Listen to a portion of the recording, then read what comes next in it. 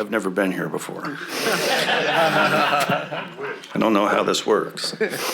Anyway, call this meeting to order, Sutter Butte Flood Control Agency on March 12th, 2025. First item up here is the call to the roll call. Thanks. Jeez. Jeff Stevens. Here. Mike Ziegenmeyer. Here. Bruce Johnson. Here. Bill Conley. Here. Todd Kimmelshoe. Here. Bo Shepard. Here. Mark Boomgarden. Here. Dave Shaw. Here. Charlie Hoppin. Here. Gary Marlar. Here. Jeremy Chapdelaine. Here. Mike Morris. Here. Chris Schmidl. Here. Thank you. All right, full house. We'll have former Chair Todd Kimmelshoe lead us in the pledge, please. Okay, salute, pledge. I pledge allegiance to the flag of the United States of America and to the republic for which it stands, one nation, under God, indivisible, with liberty and justice for all. Thank you, Todd. You're welcome. Public comment. Members of the public will be allowed to address the Sutter Butte's Flood Control Agency's Board of Directors on items of interest to the public that are within the subject matter jurisdiction of the board. Any member of the audience who may wish to bring the matter before the board that has not been placed on an agenda may do so at this time. However, state law provides that no action may be taken on any items that's not appearing on the posted agenda. Anybody in the public? Don't see any public. All right, next item up is our consent calendar. Anybody from? Make a motion to approve. Second. Oh, good job. I have a motion to do this, but I'm going to make sure I have public comment. No public comment. Okay. Anybody doesn't want anything pulled from this consent agenda for discussion? You guys are great. Okay. Roll call, please. Oh, we can do this by voice vote. All right. All those in favor signify by saying aye. Aye. All those opposed? None heard. Consent calendar is approved unanimously. All right, informational possible approval items. Number one, presentation of the agency audited financial statements and related reports for fiscal year ending June 30, 2023. Sean. Thank you, Mr. Chairman. Hey, Mr. Chairman, I just want to, Sean, allow me, I just wanted to correct that. That should be June 30, 2024, right? Sean, it's a 23-24 audit. That's correct. It's fiscal year 23-24 ending June 30th, 2024. Thank you. So 3 basic reports to cover. First, basic financial statements, auditor's communication with the governing body, and auditor's communication with no material weaknesses. From 23-24, some of the major activity the agency had performed: the completion of the sediment removal phase 1, completion of small communities grants, of which we had 2, the advancement of Sutter bypass and Tudor flood risk reduction efforts, and the execution of our development impact fee. $3.6 million of capital work completed in 23-24, net of debt service. Highlights from the annual financial reports management discussion analysis, what we call the MD&A. Expenditures were had decreased from the previous fiscal year by 15.5%. Revenues decreased in turn 47.1%. This overall decrease in financial activities, but the decrease of $1.5 million in net position is due to retirement of capitalized assets. And we'll continue to capitalize assets each subsequent year. The asset to offset this is the assessment revenue. So each year with the assessment revenue, that number will get closer to 0. So this is our 7th year that Badawi and Associates had performed our audit. And again, we had a clean audit, meaning financial statements are fairly presented and comply with generally accepted accounting principles.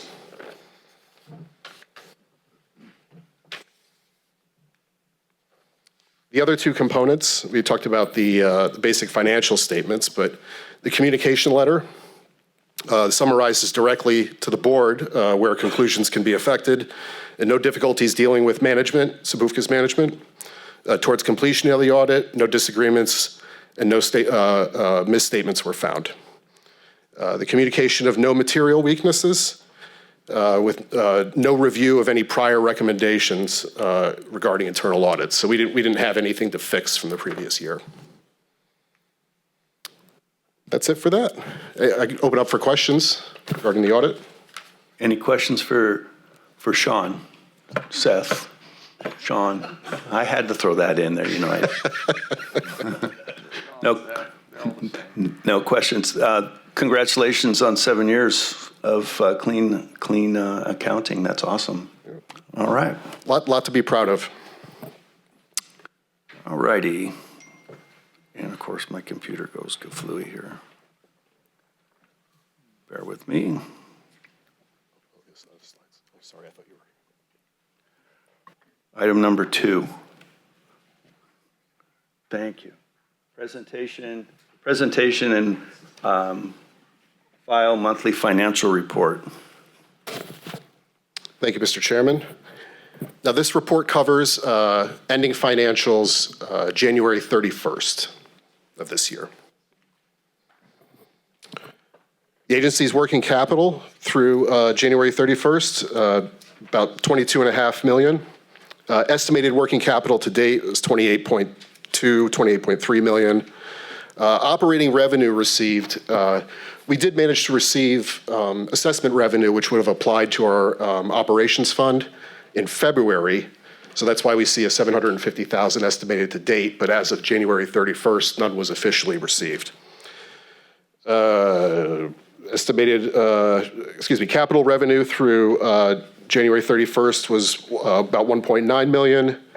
Estimated to date was $9.6 million, so a difference of about $8.5 million, which is further broken down here. You can see on the table on the left, breaks down that revenue was pending assessment revenue, most of which we had received from Sutter and Butte counties. And then about $4.1 million, about $4.3 million in pending state and grant payments that we had solicited for but hadn't yet received. Difference, we talked about that difference. Yep. This is slide. Sorry, I lost my place here. Expenditures. Oh, paid expenditures through January 31st, about $2.5 million. Estimated to date about $3.3 million or so. So total pending expenditures, though, specifically about $754,000. We just made a debt service payment in April. The next one is scheduled for October 2025, October 1st, and you can see the split here.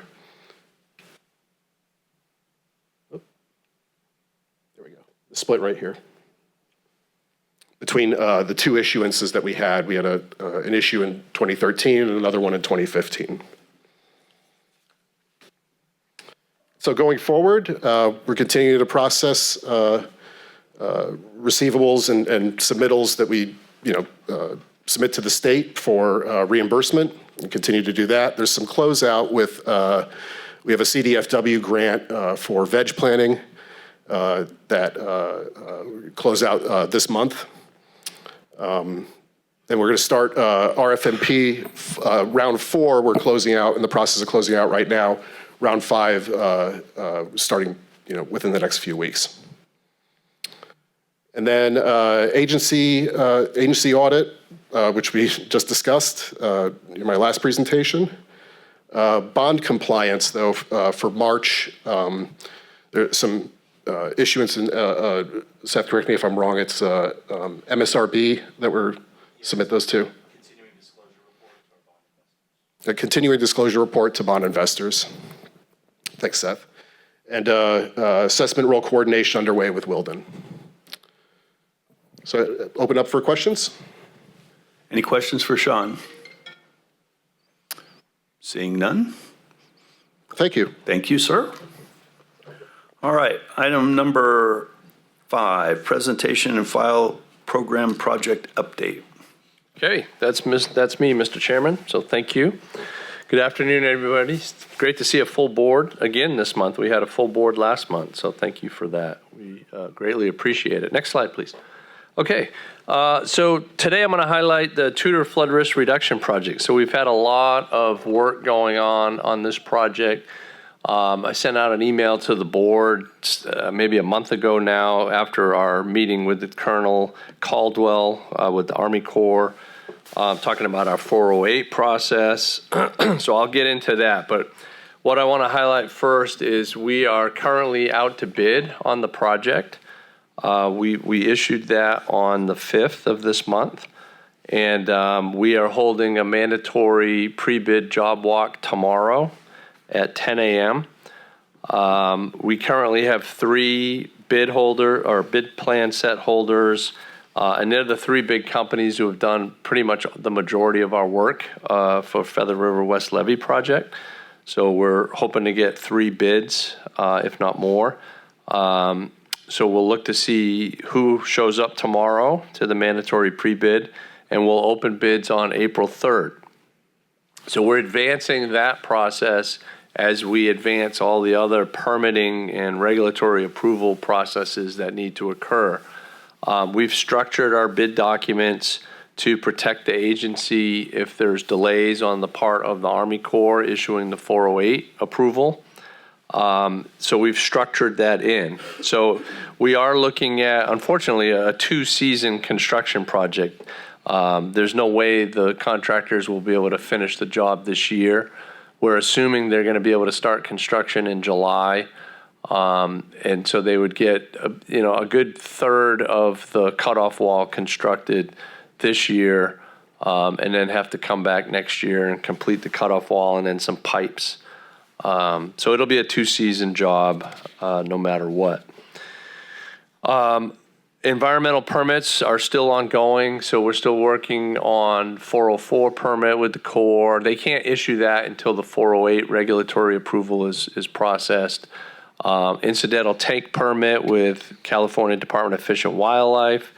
That was what the one item on consent agenda this month helps us to facilitate the requirements for that incidental take permit. So we'll go ahead and process that now with board approval to advance it.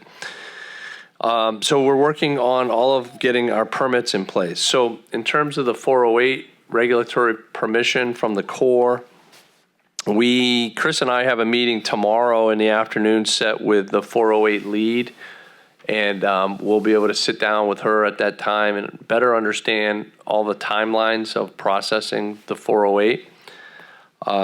We think by the middle to end of this month, all of the external agencies that are required to review and process permits or approvals, that'll be all completed. So everything will be in the Army Corps' hands.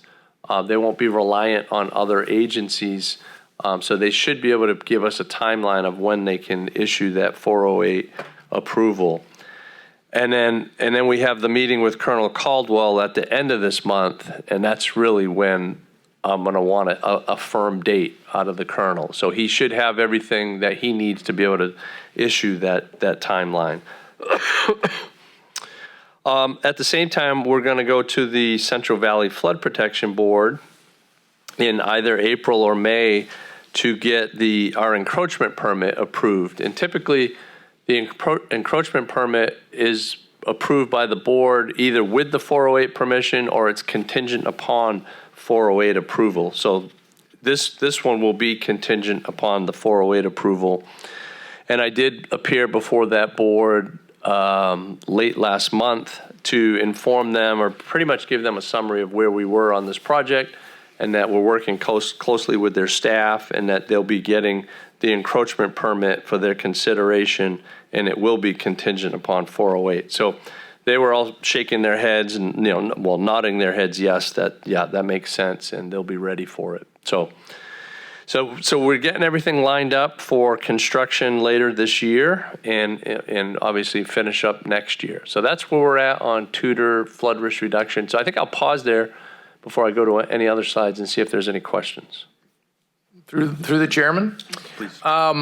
this may be a stupid idea, and I've had those several times, but what would be the opportunity, you think, maybe after a board meeting to go out there and take a field trip and see what they're doing, like in August or September? Oh, absolutely. Yeah, no, we've done that on all our other past projects. Okay, We've okay. brought the board Just out. something to think about it. Yeah, absolutely.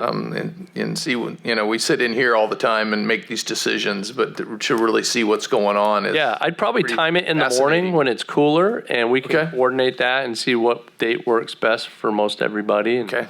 get everybody out there in the morning. All right, great, Perfect. thank you. Yeah, no, that's a great suggestion. Michael, were you on tight timelines with the 408 and the contracts and all, and where the Corps tends to rotate colonels on a regular basis? Are we in any danger of, right in the middle of this, once you get continuity, having them throw a new colonel at you? Yeah, that's happening this summer. So that's why I want to pin the colonel down in March, late this month. And I have that meeting set, and I'm going to set a meeting for April also. He's going to rotate out, and it's usually June or July. So that's a very good point. So yeah, we'll have, essentially the 408 should be approved before he leaves office. And the new colonel can't screw things up? Correct. Yeah, that would be the hope. Yep, that's a very good point, Charlie. Okay, next slide, please. Maybe one quick question. Sure. Any chance that staff cuts will affect this? There's always that potential. As of right now, we're getting really good responses from our 408 team. Chris and I just got an email about 20 minutes ago that they received something that we sent them, and we're getting, this is like night and day in terms of the responses we're getting since we've really elevated this issue. So I think things are heading in the right direction. Yep. Okay, Sutter Bypass East Levee project. So that project, the 5.2 miles, we're in design. We're at a 65% design level. Those plans are being reviewed by the state and our independent panel of experts, and we've been coordinating those reviews and addressing comments as we receive them. We'll be kicking off the Central Valley Flood Protection Board encroachment permit process now. We need the environmental document at a certain point before we can submit to the board our 65% designs and the encroachment permit application, but all of that's happening this month. And that'll kick off the 408 review process. So that's where we're at in the Tudor flood risk reduction. This one's obviously further behind that process, but it's also advancing. We're also keeping a close eye on our FEMA brick application. As Bo just noted, there's impacts through the federal government right now. This is one I'm keenly keeping my eye on. I'm concerned about it. I want to make sure we don't lose out on that. That's almost $50 million for the construction of this project. So we're working very closely with California OES department to make sure that grant, it will be fulfilled. So as far as I know right now, we're still good. And then we're also coordinating with Calpine on potential future funding to advance the designs of the remainder of the bypass. And we're in the process of setting up a meeting with DWR to talk about that potential private and then local agency and state partnership to advance the design process and permitting process for the bypass levee repair. So all of that is in play right now. On City of Oroville levee repair, we had a Oroville Citizens Advisory Commission meeting last Friday. I gave a presentation to that commission about the status of the City of Oroville levee repair, the work we've been doing directly with the city, looking for state or federal funding, all the applications we've submitted. But the good news is the fact that the Army Corps has accepted to review that levee under their levee safety program, National Levee Safety Program. They're going to do what they call a one-time levee inspection. It's a 2-day effort. Right now they're looking at compiling all the information they can on the history of that levee, the deficiencies, any types of investigations that have been completed. And they're going to perform that field inspection and in-office meeting later in May. Right now it's targeted for the 6th and 7th of May. So we're working closely with city staff and DWR staff and obviously the Army Corps to make that happen. We also had a really good meeting with Senator Megan Dolly's office. Supervisors Connolly and Kimmelshoe were there, and my understanding is they're going to put in a funding request through the state budget, to help fund the City of Orrville levee repair, get some funding to advance the investigations. Excuse me. So that's very good news. So we're working with the senator's office on that. Also on the federal project, Tudor to Cypress, we're still working with the Army Corps to complete the federal crediting to kind of come up with that final number of what our credit amount is. They're reviewing the in-kind credit packages and coming up with the dollar amounts. They're doing the same thing on the SJAFCA side of their integral determination reports. And they're funneling all of this information together to do the project partnership agreement amendments, which will allow for the credit transfer from SBUFCA to SJAFCA. So we're hoping that credit transfer, that PPA amendment, goes before the Central Valley Board in May. It could be June. It keeps slipping because the Army Corps keeps pushing things off. Just as of this morning, we've heard that they've had some questions about, we think it's on the SJAFCA side, but we're trying to confirm that. So still a lot of coordination with Army Corps project management and those teams that are processing the PPA amendment. Next slide, please. On our Orrville Wildlife Area Robinson's Riffle project, so the planning effort, the $1.1 million planning grant from DWR, that work is essentially completed. It resulted in the first project going out to design that's being funded through this $2.1 million California Department of Fish and Wildlife grant. So we're at a 30% design level for that project right now. We just recently held a meeting with CDFW staff and DWR to talk about that design and where things stand and get some reaction and some feedback. So that process is underway, and we're also identifying funding opportunities to construct that project and filling in some applications and submitting those for construction funding. So a lot of work happening at the OWA Robinson's Riffle project. On a related project, the Thermalito After Bay Boat Ramp and Campground, we got a lot of work going on there as well. So we're essentially at 100% design level. Those plans are being reviewed now by state architect, state fire marshal, and the state Department of Engineering. So all of those independent reviews are happening.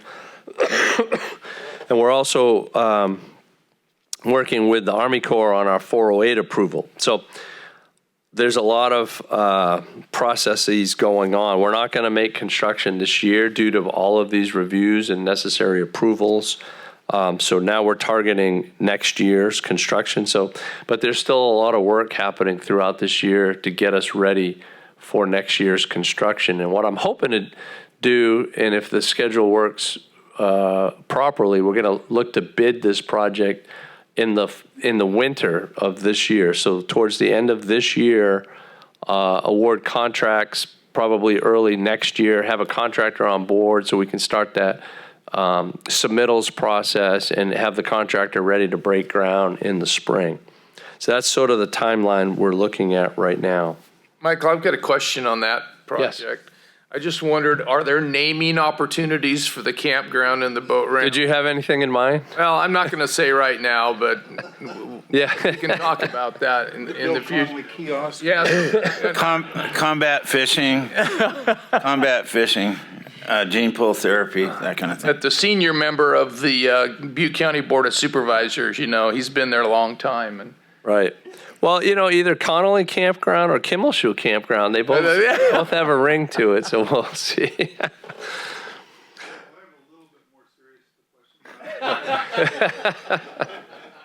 we do things like Robinson's Riffle and Thermalito on a grant, on a cost-plus basis, when you have $1.1 million from DWR, what happens if it costs more than that, or if it costs less than that? I know you're awfully good at what you do, but where you're dealing with a grant with a finite amount of money, how do you fine-tune things to where, number one, Spoofka isn't paying out of her pocket for something that was a grant, or what do you do with the extra money? Yeah, no, that's a very good question. So we hardly ever leave money on the table, number one. So we try to really expend the grants as much as we can. You know, obviously, if we're making good use of that public money. If it goes over, typically these agencies have some sort of contingency authorization. So we would have to work with them. We would have to justify why the costs are going over. Actually, the Thermalito Afterbay Campground project, we're working with the WCB, the Wildlife Conservation Board, on what we think is going to be cost increases because we're kicking it out an extra construction season. So there's going to be escalation. And also some of the cost to produce the plans and do all the reviews, that additional reviews that we didn't anticipate are causing a little bit extra dollars on the budget. So we're working with that agency right now to amend that. But we can't pay, our agency cannot use our assessment district money for those projects. So although the Robinson's Riffle project, we can, because that has a flood stage reduction component to it, so it reduces flood stage. So we have a small amount of assessment district money for that project, but not for the campground and boat ramp project. Yep. Staying on this slide, third to the bottom bullet, FEMA remapping of Sutter County. So we're still in that process. We're still working with FEMA. And again, we don't know if the changes at the federal government are going to impact the FEMA's ability to continue, reviewing the remapping information and actually do the remapping for Sutter County. But we haven't heard that it won't, but we're keeping an eye on things to see how these impacts fall through to this agency. What do you expect? Because this is only going to benefit us in the county with this remapping. So, for Jeff's new and, that last mapping, when we put in that last mapping, that hurt us pretty good. And this is going to be a little bit benefit more than what the last map showed, which we're down in 2019, I believe? Yeah, I don't know. The last map was, the last time FEMA issued a map for this basin was before, do you know, Chris? Do you remember? I think it was right when Sabufka, our agency was formed. 06, 07. Yeah, 07, 08, something like that. This agency made a deal with FEMA to remap the basin, and they drew the line at Stewart Road, and everything north was outside the floodplain and everything south was within the floodplain, to allow this agency time to construct all the levee improvements that would change the map. So they didn't want to do a whole remapping knowing this massive project was happening and they would have to redo all their work. So the bottom line, getting back to your question, as far as I know, they're still processing the materials. They're still moving forward. We haven't heard of any issues right now. But it's still a 3-year effort. It still takes a lot of time. They've done the remapping in Butte County, right? Yep. That's completed. And that took about 3 years. Yeah, just so Mike knows, that took a while, but Yeah. we've got it. And, flood insurance premiums have declined because of that. So, obviously sooner the better in Sutter County as well. Sutter County, of course, has a much bigger area to map than in Butte County. Yeah.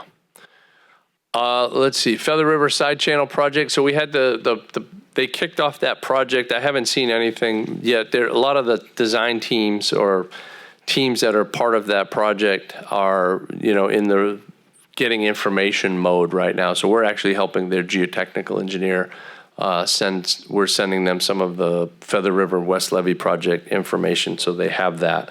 I'll keep the board apprised if there's updates to that one. And then lastly, I'm going to be giving a presentation at the Sutter County Museum at the end of this month. They reached out and asked if I would do that. They're having a Sutter County flood there's some sort of they've come up with like a design or some sort of information that they're putting out there. So they thought, oh, it'd be great to have Sutter Butte Flood Control Agency come and make a presentation, and maybe Mike had something to do with that. I don't know.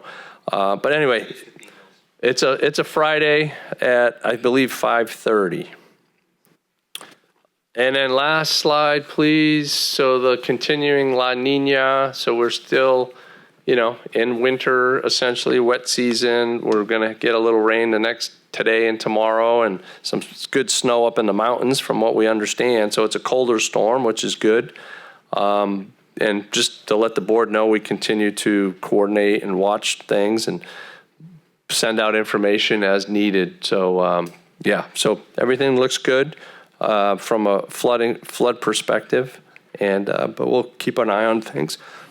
Excuse me. And then our next board meeting's in April on the 9th. Mr. Chairman, I'll turn it back to you, see if there's any questions. Thank you. Any further questions for Michael? Any comments from the board?